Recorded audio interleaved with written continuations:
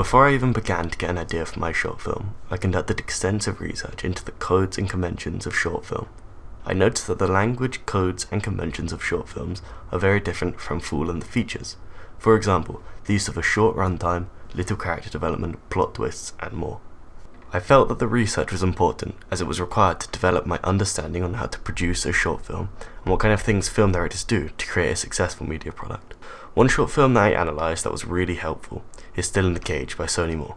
I thought it was interesting how the story depended on the music to represent the pace and emotion, which is quite uncommon for short films. My inspiration really came from the idea of music and the way they compose shots using settings as a strong component to represent emotion. For example, in this shot here, we can see the dull background of a classroom with lots of grey tones, similar to our shot here that also has lots of grey tones with a concrete background. I took the idea of using music to convey emotion and incorporated this into the short film too. By using non-diegetic instrumentals, a common convention of short films, I juxtaposed emotions such as the restriction of the protagonist by him being homeless. As you can see in our short film, in this sequence here, the character is walking around the town. I chose to make use of the conventions I studied by using a very drawn-out, almost boring music, as well as using a very concrete, boring background to reflect the mindset of the character at that particular time. The short film Black Hole by Philip Sansom and Ollie Williams was also a big inspiration. The film also used the idea of using a setting to emphasize characters' emotions. In particular, I really liked the way that they used lots of grey colours to represent the characters' boredom. Additionally, I enjoyed the idea of the film being silent with no dialogue. I really reflected these ideas in my short film. You can see the clear inspiration in this scene here, with the setting choice. I also chose to keep the film, for the most part, silent. I wanted to employ the conventions of continuity editing into my short film too. This included title sequences, match-on action, and jump cuts. As you can see in this shot, it jumps to a completely different location in no time.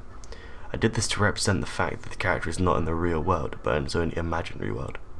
By using continuity editing when walking through the town, for example in this shot, I was able to create realism. I also thought that this would increase the professional feel and look of the film. Post-production was also really important to maintain a high-quality product. Through the use of color grading and appropriate editing, I was able to keep a professional industry standard throughout the entire short film. As you can see here, there is a strong use of special effects, such as drawing over the top of the video. When creating the short film, I also made sure to challenge the conventions of media products. I did this by intertwining a radical and reactionary representation.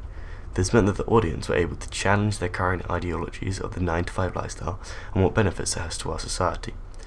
The reactionary representation was shown through the way the homeless man not having a home and having to escape his harsh reality by using drugs, for example in this shot here. The radical representation is shown at the end of the film. As you can see here, it makes the viewer question whether or not it's a good thing he's stuck in the cycle. Perhaps he's not the lucky one for having to be stuck in a daily monotonous routine, and as a result, we were able to challenge viewers' current ideology of the 9-to-5 lifestyle. Additionally, I challenged conventions using the title sequence, as shown here. I decided to split the film up into different acts. This showed the viewer the bizarre stages of emotions the actor was going through. The titles come across as bizarre and unorthodox, however it still looked professional and served an important role in the short film. Nonetheless, by both challenging and using conventions of short films, I felt I could create an overall successful media product.